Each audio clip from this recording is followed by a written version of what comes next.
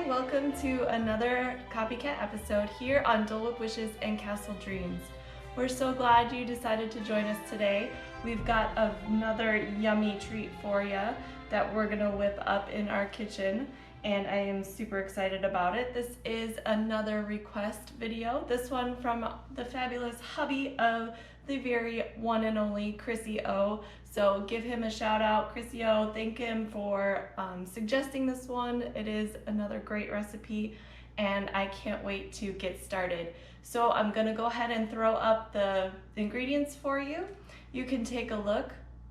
Again, just hit pause if you need more time to jot those down, or you can always come back later to do so. And we are gonna go ahead and get started. We are making the Monte Cristo, yummer, from the Blue Bayou in Disneyland. It is so, so good. I don't know if you've had a Monte Cristo before, but they are amazing, and especially when Disney does them, for some reason, they're just even more perfection, right? So it's basically just a sandwich that you fry up, and it's got some really yummy ingredients. So what you're gonna do is start with your bread.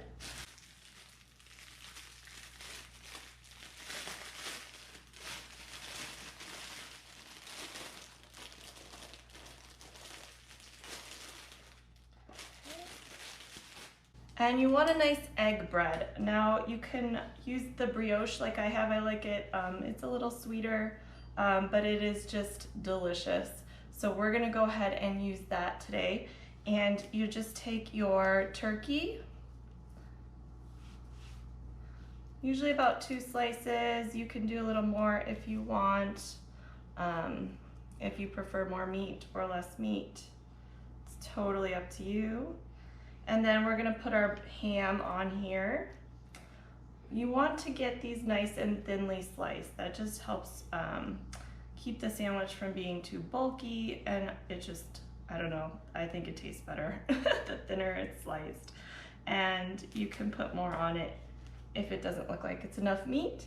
Then we're gonna do our Swiss cheese and put them together. Then you're just going to cut it in half. I like to do it diagonally, but it's entirely up to you. Oops.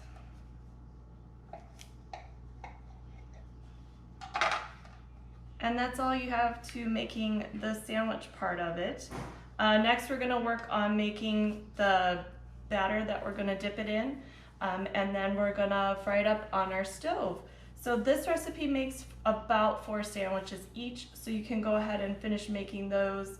But let's move really quick on to making the batter. Okay, to make the batter, you're going to use your 1 3/4 cups of water, pour it into a mixing bowl. You're gonna use 1 egg.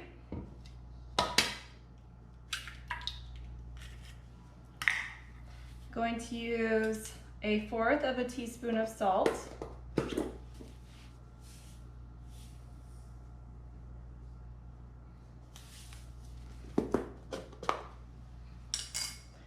A teaspoon of baking powder, not baking soda. Don't get those confused.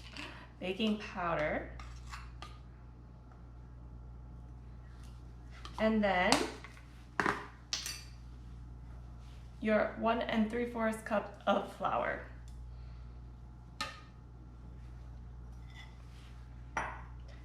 And you're just gonna whisk that all together till it's nice and mixed evenly.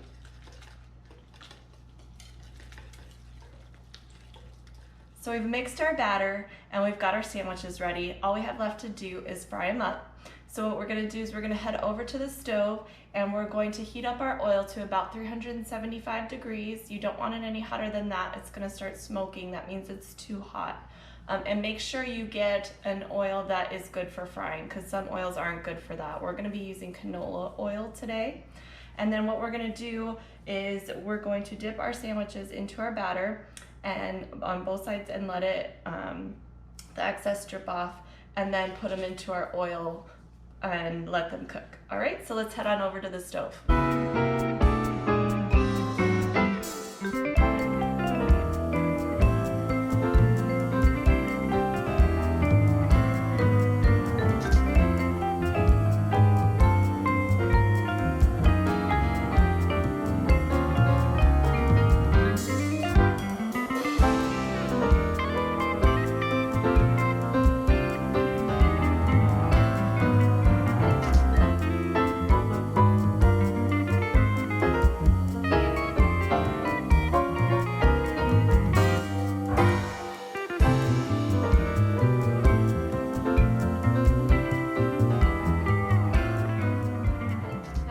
sandwiches are all fried up. We just have a couple more steps to do that are super simple, and then we'll be done. And all that is to sprinkle on some powdered sugar,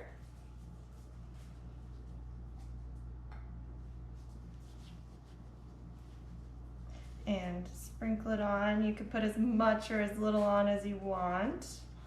And all that's left is to serve with some blackberry preserves. Now I bet you thought I forgot about our sprinkling of pixie dust today, but I didn't.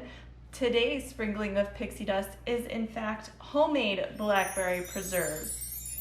That's right, I made this little jar right here and then some. I've never made preserves before, so this was really fun to do. It is a little bit complicated. Let me show you, or not complicated, but time consuming is a better word for it. Let me show you really quick how I made those in case you'd like to make them at home. So first I mashed my berries and I did it by hand. I found that this is probably the easiest way to do it. And I did use a food preparer's glove simply because I did not want my hands stained purple for days. So I just squeezed those first and made sure they were all smashed up a bit. And then I started to press down gently on the berries themselves, so all of that liquid would just go down into my bowl below. When I finally got about as much as I felt like I could with my hand, I switched to a spoon. And I didn't use a lot of pressure because you don't want to break your strainer, but I just pressed on them down onto the bottom and just kind of scraped the juice out. Put the juice into a pan on the stove and turned it on to medium-high heat and added my pectin, which is, it helps kind of solidify that juice that you have. And I just made sure to stir it until it was all dissolved. And then I brought it up to a rolling boil. And what a rolling boil is a boil like when you stir it that it still continues to boil. You can't stir it away. And once it reached that rolling boil, I added all of my sugar all at once and stirred it until it was mixed in there, and then brought it up to a rolling boil again. And once it got there, I kept it there for a minute, and you want to do a minute and not much longer because it can turn your juice into candy, which maybe you do want to do that. I don't know, it's up to you. But for this recipe, we need preserves. So I did it for a minute, and then once it was done, I turned the heat off. If you have an electric stove, you're going to want to remove it from the heat, but just kind of hold it over and continue to stir until it cools off a bit. You don't want it boiling and not to be stirring it or it clumps, and that's not a lot of fun. So then I just poured it into my jar, and once it was cool, I refrigerated it and it was ready to go. So that's what I did to make our blackberry preserves, and they are quite delicious. I tried some, that's the perk of being the chef. So for our recipe, you're just gonna serve it with your meal. You can put it in a smaller jar if you want and set it on each plate. But there it is all ready to go, and it is beautiful, and I cannot wait to try it. So I hope you enjoyed this video. Thank you again, Chrissy. Thank your husband. If he's watching, thank you for making this suggestion or request, I should say. And it was so much fun to make, and I'm sure it's gonna be even more fun to eat. We hope you enjoyed it. And if you make it yourself, let us know how it turned out for you. We always love to hear from you. Please hit that subscribe button if you haven't already.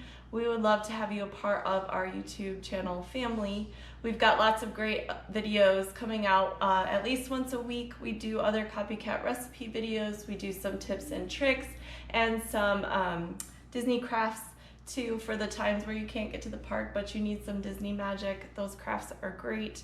And of course we have our travel vlog where we travel to the wonderful world of Disney and just immerse ourselves in all the magic, and we bring you along for the ride. So be sure you hit that bell button as well so you don't miss any of our videos. Like I said, they come out at least once a week, sometimes twice when we have some extras for you. And again, thank you for stopping by, and we hope to see you real soon.